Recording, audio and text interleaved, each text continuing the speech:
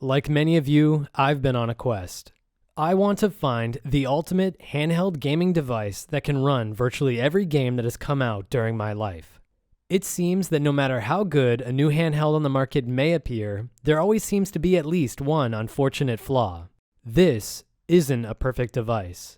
In fact, I don't think I will find one for some time yet.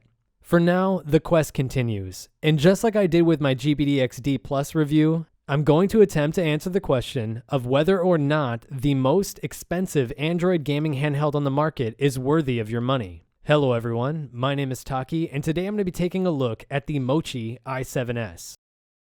The i7s is powered by a Snapdragon 710 clocked at 2.2 GHz with 6 GB of RAM, 64 GB of storage, and a 6000 mAh battery. Also on this device is a 6-inch 1080p display with global bands for cell phone functionality around the world.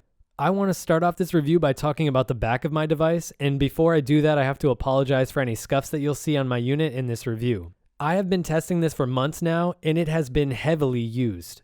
On the back, you will see that there are two stereo speakers that sit just above where your hands will rest. This goes against the trend in the market, but I will say that these pump out very good audio even at half volume during gaming sessions. You also have a 16 megapixel camera on the back, but the quality of the pictures aren't great. I've really only needed to use this camera to scan some QR codes, but if you're interested in using this for AR games, you do have the option.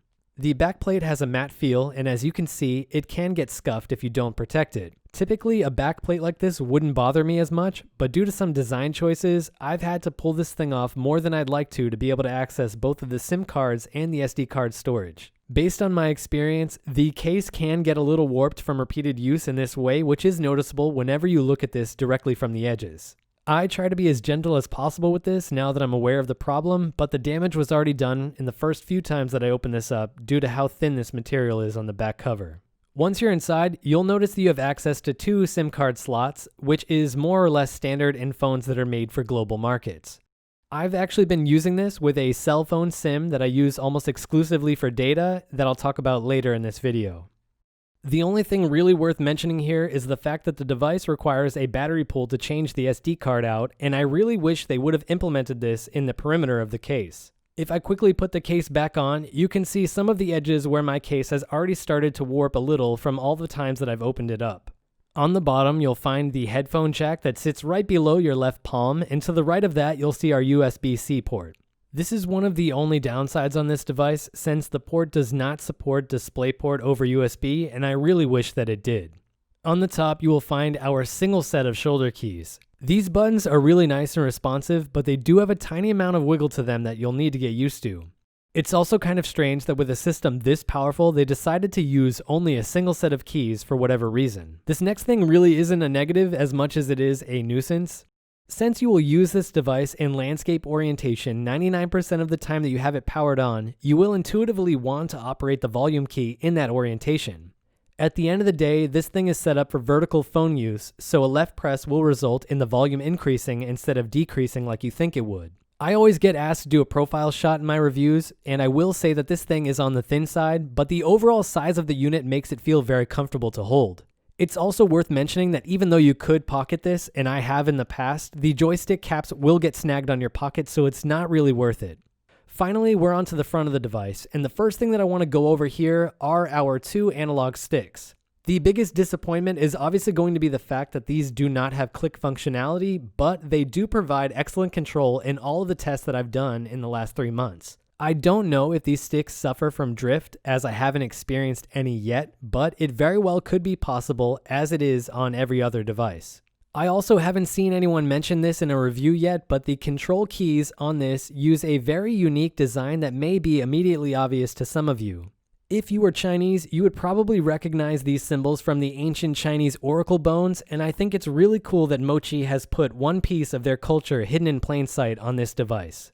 I will say that even after all of the time that I've spent using this device, I still don't remember which key is which. Because of this, I always find myself verifying inputs whenever I use on-screen mapping keys that point to these buttons. Speaking just in terms of input, these have a very small amount of travel to them with a tiny click at the end that you'll feel when you press down. I would say that the Vita keys are really the closest thing that I own that feels comparable to this device. And finally, the D-pad, or better yet, the only real downside in this device for retro games. This D-pad has a similar click feel with a similar amount of travel to the control keys that I've just described, but with one obvious flaw. There are actually 2 positions that this key can click to depending on your pressure.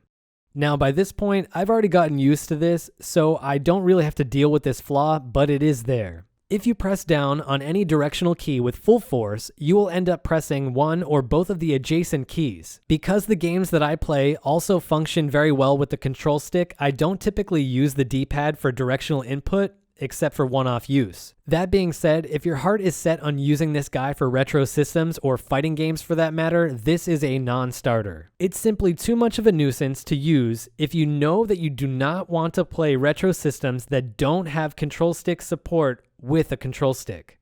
The front also holds the final phone elements of this device. The front-facing camera that I've never used, the microphone, and the headphone are all located around the screen perimeter. I've seen another review where someone mentioned that the control stick will go in your ear when you're placing a call, but this is absolutely absurd. When you place a call on this, which I have done in the past, you will have your head rested against the bottom half of this, and the control stick will rest near your temple or your outer eye socket. It's definitely a strange implementation, but it does work. The only other thing to talk about here are the 2 touchscreen controls on the bottom rim. These keys are excellent, and I really wish that they would have used more on the top half instead of having the front-facing camera, because they could have gone forward with L2 and R2 keys, but alas, we only have these 2. Both of these keys will vibrate the device to let you know that input has registered for what it's worth. As you can see on screen, the device is fairly large, which is great for those of you that have been out there looking for and asking for a bigger handheld. You can get a very good grip on this for longer gaming sessions, and your hand should never really block the 2 speakers on the back panel. The joystick looks like it would be a huge problem on first glance, but you will probably find that the shape of your thumb will arch directly over this without coming into direct contact with it. The most that I've ever noticed this is on the bottom half touching the underside of my thumb, but it doesn't impact play at all, and definitely not in the way that it does on the RG350. And finally, I will say that this handheld has a very aggressive heat profile that keeps this thing cool to the touch even when I'm playing games that max out the specs of this unit. At the end of the day, devices like this need to compete with phones and Bluetooth controllers, and the software that comes with this device is really where I think Mochi separates itself from other makers on the market right now. At first glance, I was pretty overwhelmed by all of the Mochi apps that are on this device because of all of the different things they do, but the most important one is the key mapping software. I installed all of the App Store games that I could get to max out the 64 gigabytes of storage when I first got this device, and I want to say that 90% of them came pre-mapped with whatever software witchery is at play here. In the times where the controls aren't automatically mapped for you with a default profile, you do have several options. If you pop out the Mochi interface, you'll notice a bunch of useful in-game features, from the system performance specs to key adapters and macros. The coolest thing here is the Cloud Scheme feature. Clicking this will allow you to quickly swap between different profiles that other Mochi users have created around the world. In most cases, I've found the profiles that I've grabbed from here to be a great starting point for making a perfect binding set for myself. As you can see, I have nothing mapped on screen at all right now. If I want to map my keys, I open up the ribbon menu and click the mapper. Then I can drag out these icons and place them on my screen wherever I want them to be. From there, you can fully customize how they function to your liking. After pulling out the joystick, you can see that I now have full control over the game using my left analog stick. If I adopt one of the cloud schemes from the list, you can see that pretty much all of the controls have already been mapped for me, and it's just a matter of getting used to them. These 2 functions are some of the best features of this device, more so if you're interested in using this for more than just emulation. Now let's talk about Android gaming. I've read a comment from someone that said this device is too old to play Android games, and I find that to be a little funny. There were 3 main categories that I filled to test this device's ability to run Android games. Those were MMOs, first-person shooters, and MOBAs. In all of the testing that I've done, I haven't found a single Android game that gives the Mochi i7s any issues at all. All of my favorite games, and ones that I've never heard of, run very well on maxed out settings with the Mochi. Things like Call of Duty, PUBG, Arena of Valor, Fortnite, and others are a blast to play with the controls on this device and the screen mapping software. I think if you're going to invest money in a device that's this expensive, you probably shouldn't hate Android gaming, since a decent amount of value that you'll get from this console will be from that platform. That being said, I care the most about being able to emulate systems on the go, so I tested all of the biggest systems out there to gauge the performance of this unit.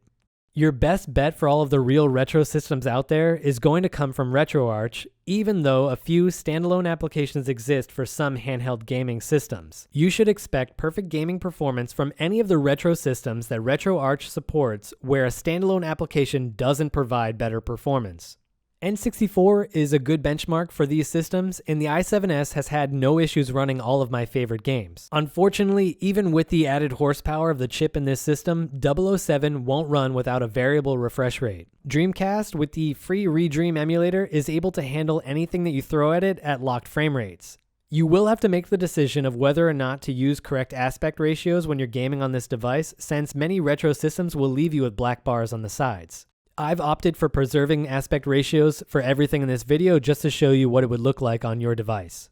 PSP is where things really start to take off, as several popular titles from this system struggle on the number 2 most powerful Android gaming device out there. In every game that I tested, the Mochi i7s was able to run smoothly at 2x PSP resolutions, whereas other systems needed to drop down to 1x for more demanding games. I tested about 30 of my favorite PSP games during the last 3 months and found that the Mochi could pretty much handle all of them, and I was even able to include some titles that flat out do not run even at 1x resolutions on other handhelds. In this section, I've included both God of War games, and I will let their sections play out with no commentary so you can see and hear the performance for yourself.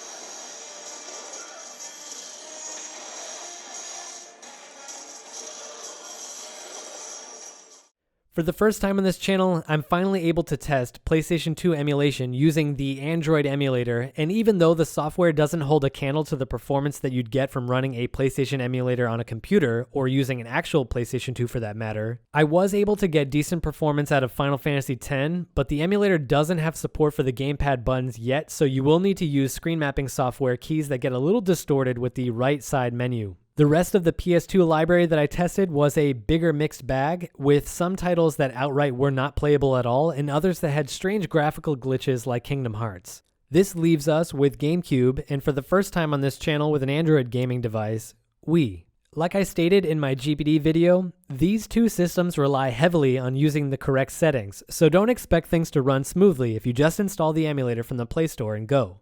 Unfortunately, the software isn't as streamlined as the PSP emulator in that regard, but as you will be able to see for yourself, the Mochi i7s can handle a ton of demanding games for both GameCube and Wii that outright do not run on other Android gaming devices bar cell phones with Bluetooth controllers. The only game that I tested that gave me any trouble at all was Super Mario Sunshine for the GameCube, but both Galaxy games run very well from the Wii.